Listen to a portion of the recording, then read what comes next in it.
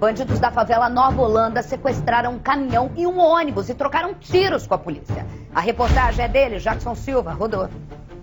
Muito tiro no momento, quando a polícia chegou. E eles começaram a correr, recuar, até que foram embora, graças a Deus.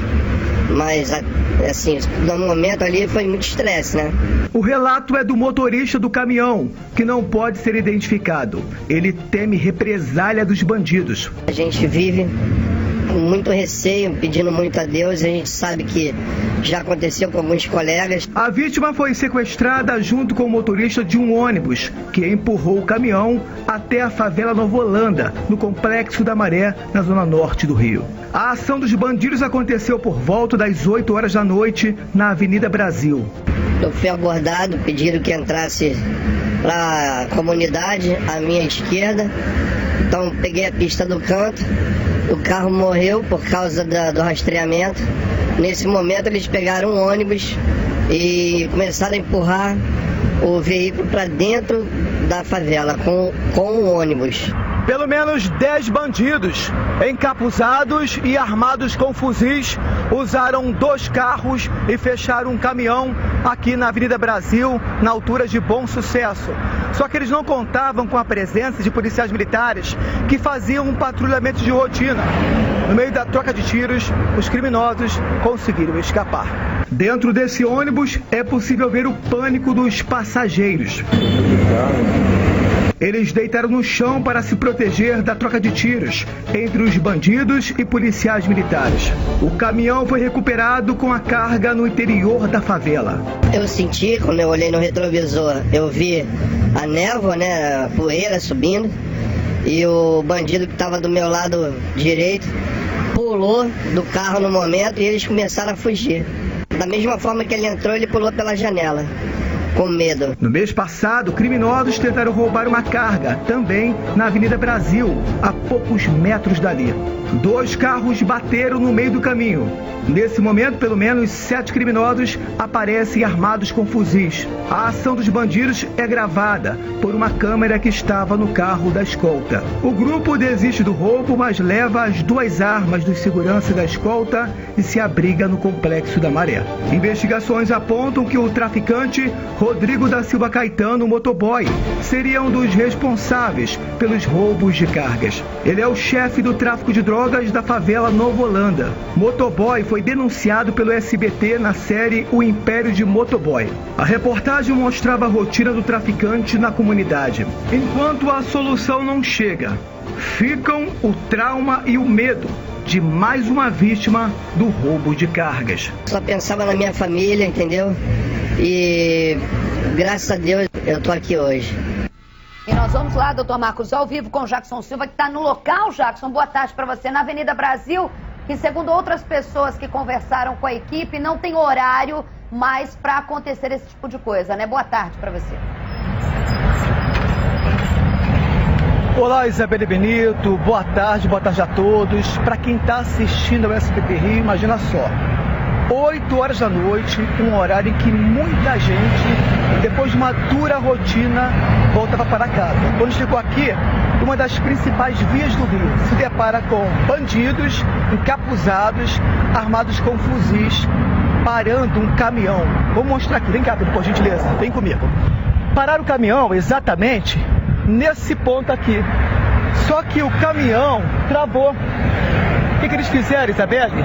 Sequestraram um ônibus que estava atrás. Então você imagina o desespero do motorista do ônibus e também dos passageiros. O motorista ficou no ônibus, os passageiros foram obrigados a descer e o motorista teve que empurrar o caminhão até essa entrada, em direção à Nova Holanda. Só que os bandidos não contavam que a polícia militar já fazia o patrulhamento de rotina. Houve intensa troca de tiros, os criminosos conseguiram fugir e a carga foi recuperada. Mas essa, Isabelle, falamos na reportagem, não foi a primeira, nem a segunda, nem a terceira. Os criminosos daqui são ousados, imagina só, são bandidos que assaltam, como você falou, em plena luz do dia, à tarde e à noite. Agora os policiais colocaram várias viaturas, até mais cedo. Nós mostramos aqui, ó, viaturas naquele ponto. Mosquipeiro também, por gentileza. E aqui, ó, desse lado, outras viaturas também cercando vários pontos da Avenida Brasil. Também tem na linha vermelha e na linha amarela. Tudo isso para impedir a fuga desses bandidos. Agora vale lembrar, Isabelle, que os traficantes daqui sempre fazem isso. Sempre, principalmente nas vias expressas do Rio de Janeiro. Isabelle Benito. Doutor Marcos Amin, Jackson Silva citou agora a dinâmica desse último fato, mas celebrou o outro no caso do motoboy. Você acredita que tem alguma relação? Ou existem várias quadrilhas? Mesmo existindo várias quadrilhas, é uma logística muito... Esse tipo de dinâmica dos dois fatos não é qualquer um, não é acerto ou erro, não é a roleta de vagabundo que vai te roubar na rua. É um crime extremamente organizado. A gente está falando, no caso da reportagem, do Playboy. Você acredita que tem a ver alguma coisa? Isabelle, boa tarde, Isabelle, boa tarde, Jackson, boa tarde a todos que nos assistem. Na verdade, o Rodrigo Motoboy, Isabelle, ele é que coordena esse tipo de ação. Eu vou lembrar um VT da última quinta-feira, que parece que não tem nada a ver com isso, mas tem tudo a ver na realidade em relação ao contexto. Você lembra que no final do programa de quinta-feira, um vagabundo lá de Itaguaí, da região metropolitana do Rio de Janeiro, ao atingir uma menina na cabeça, ele narrando ao delegado sobre o fato, ele disse, não, eu fui atirar na perna porque lá a gente não pode matar sem autorização. A mesma coisa acontece em todas as comunidades, tanto dominadas pelo narcotráfico quanto dominadas pela narcomilícia. Nenhum lacecla, nenhum soldadinho, nenhum integrante daquela organização criminosa pode tomar uma atitude drástica como essa, que vai atrair a atenção da mídia, da polícia, sem autorização e sem a coordenação daquele que comanda aquela região. E digo mais, Isabelle, não é só o Rodrigo Motoboy que está por trás disso. É o Wilton Abelha, é o Doca, né? Todas essas lideranças dessa organização criminosa que estão por trás desses roubos. Eles autorizam, eles articulam que os seus comandados façam esse tipo de ação, principalmente na Avenida Brasil, às 18 horas, em plena hora do rush. E o que mais me deixa assim abalada em relação a isso, a gente sabe, primeiro assim, a gente já teve até levantamentos da própria polícia, do dia, se eu não me lembro, uma quinta-feira que sempre tinha maior incidência de algum tipo de roubo, quando o roubo de carga estava muito alto, na Dutra, na chegada ao Rio. Mas o que mais me impressiona na avenida chamada Brasil, doutor Marcos, que muitos cariocas, a gente utiliza, pode ser qualquer um de nós, essa violência também utilizada. Não é apenas um sequestro. Você vê o depoimento do caminhoneiro, o trauma. O depoimento do motorista de ônibus, quem estava, a narrativa do Jackson Silva, o trauma, tamanha violência que os caras colocam 8 horas da noite em plena Avenida Brasil. Isabelle, isso é muito grave, mas com o que em relação ao que podia acontecer, isso é até o de menos. Você imagina uma troca de tiros entre bandidos e policiais às 6 horas da tarde na Avenida Brasil completamente lotada. E principalmente, Isabelle, na via sentido Campo Grande, que é a via, né, que é a via que está mais congestionada. Você vê a perícia dos policiais militares do 22º Batalhão, do BPRV e todos aqueles que foram acionados nesse enfrentamento. Uns vagabundos que não têm qualquer compromisso com a vida alheia, não tem qualquer compromisso com a população em seu entorno, trocando tiros, fazendo uma ação como essa ousada, na hora do rush na Avenida Brasil e autorizada, volto a dizer, não só pelo Rodrigo Motoboy, mas pelo Edgar Doca, pelo Wilton Quintanilha, vulgo Abelha, e também pelas lideranças que estão presas. As lideranças que estão presas em Bangu, elas autorizam esse tipo de ação e elas vão ser responsabilizadas por isso com toda certeza. Jackson Silva, direto do local, mostrando o policiamento reforçado, material exclusivo do SBT Rio, mostrando mais um roubo como esse, muito parecido, muito bem colocado, Jackson, na reportagem com o outro, e tantos outros que a gente já reportou aqui. Tem mais informações pra gente. Fala, Jackson. Isabelle, reforça aqui fora e também lá dentro, tá? Um veículo blindado acabou de passar aqui pela Brasil. Ele entrou no Complexo da Maré, tá? Viaturas também estão cercando esse ponto. Mostra aqui, Pedro, por gentileza. A gente vê, ó, que ainda há barricadas em vários pontos daqui.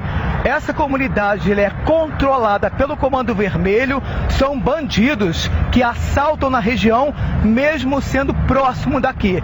Então, imagina só, Isabelle, Quem mora aqui é refém desses bandidos e também quem passa por vias expressas também são reféns desses traficantes. Então, nesse momento, os policiais estão atrás desses criminosos. Houve confronto há pouco, Isabelle Benito.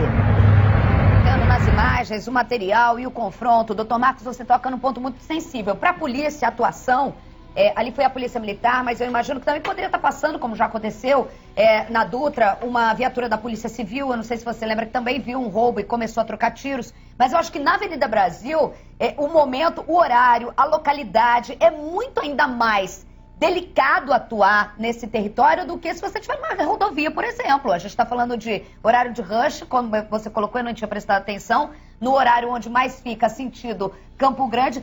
Como que um policial atua num momento como esse? Tem o criminoso, tem um sequestro, tem tudo acontecendo ao mesmo tempo e inocentes no meio desse estudo, dessa história toda. Isabelle, é uma profissão muito arriscada, é uma profissão que exige muito cuidado, muita cautela, muita parcimônia. É fato que a Polícia Militar agiu desse modo, porque senão haveria uma tragédia. Com certeza. O policial, ele tem um dever de agir, ele não pode simplesmente fazer vista grossa. Ele vai com toda a cautela possível, tentando se aproximar ao máximo do vagabundo para acertar um tiro que seja um tiro certeiro para neutralizar esse vagabundo e depois, né, sofrer todas as pressões que o bom policial sofre dessa gentalha, né, desses vagabundos que ficam contra a polícia e protegendo narcotraficantes e bandidos em geral. Nesse ponto aí, até me esqueci, eu fiquei tão focada na história do trânsito parado, mas tinha ainda o refém, né? A gente não pode esquecer. Exatamente. O refém não, Isabelle. Tinha no mínimo os dois reféns, o motorista do ônibus e o motorista do caminhão. Exatamente.